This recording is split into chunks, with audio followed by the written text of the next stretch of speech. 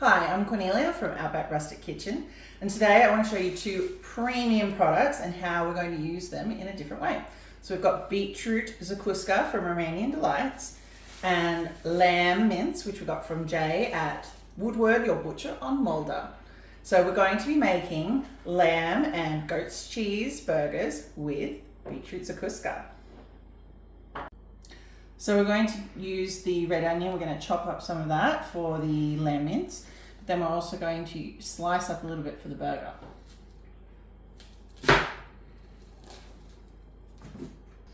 I'm dicing up the onion now to put in with our lamb mix. Nice and thin. You don't want to cut into that core, into that end bit. Just want to keep it all together.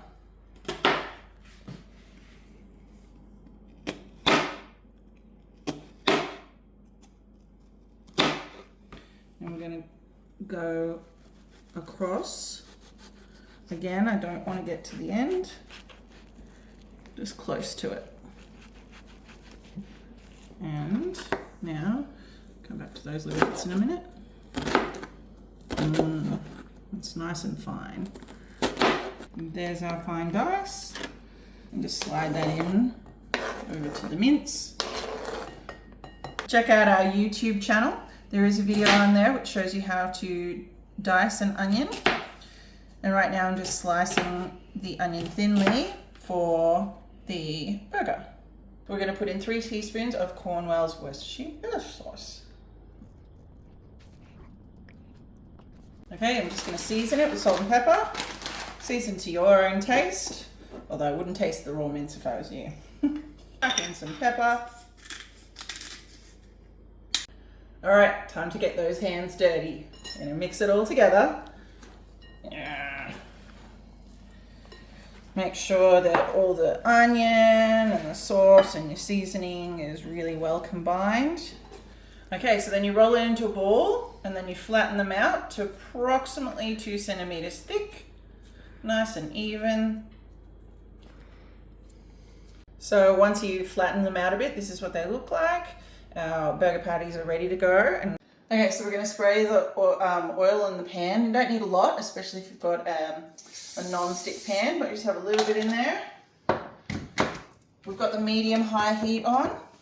So I'm going to pop these patties into the fry pan, and the idea is that they want to be medium well done, definitely not medium rare. Well, it could be medium, but definitely not medium rare.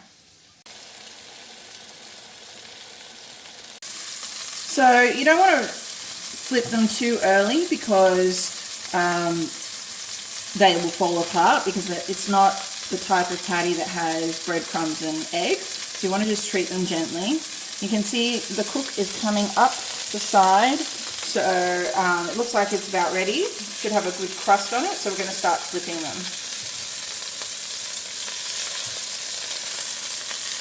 Good crust here. Might need a little bit more time on that little section. That one's looking good. So I've just put some butter in to melt in this separate pan. We're going to use brioche buns. We're just going to toast them a little bit in the butter. Okay, so they're firm enough that they're at the temperature we need. So we're going to leave them out to rest.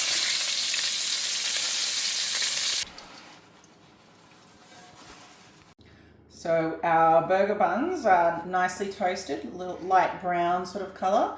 So it's time to build these beautiful lamb, goat's cheese and Beetroot Zacusca burgers. So I've got a fresh jar of the beautiful Beetroot Zacusca. I'm going to put some of that on. A generous spoonful of this. Delicious. Let's put a little bit on the top as well. Won't hurt because we absolutely love our Beetroot Zacusca. Now we're going to put our lamb burgers on. One there, another one there. And now we're going to do a generous smear of goat's cheese.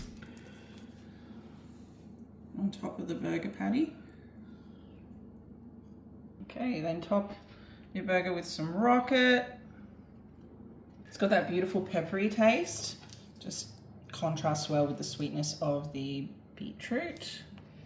And there's no sugar in this Zacusca. It's just got the natural sweetness of the beetroot, the pumpkin, and the sweet corn. And we're going to put on our red onion. Gives it that nice, fresh taste. Put more. Can be a little bit fiddly, but it's such a beautiful, tasty, fresh burger to have. And then we're going to top it off with the top of our burger patty, burger bun.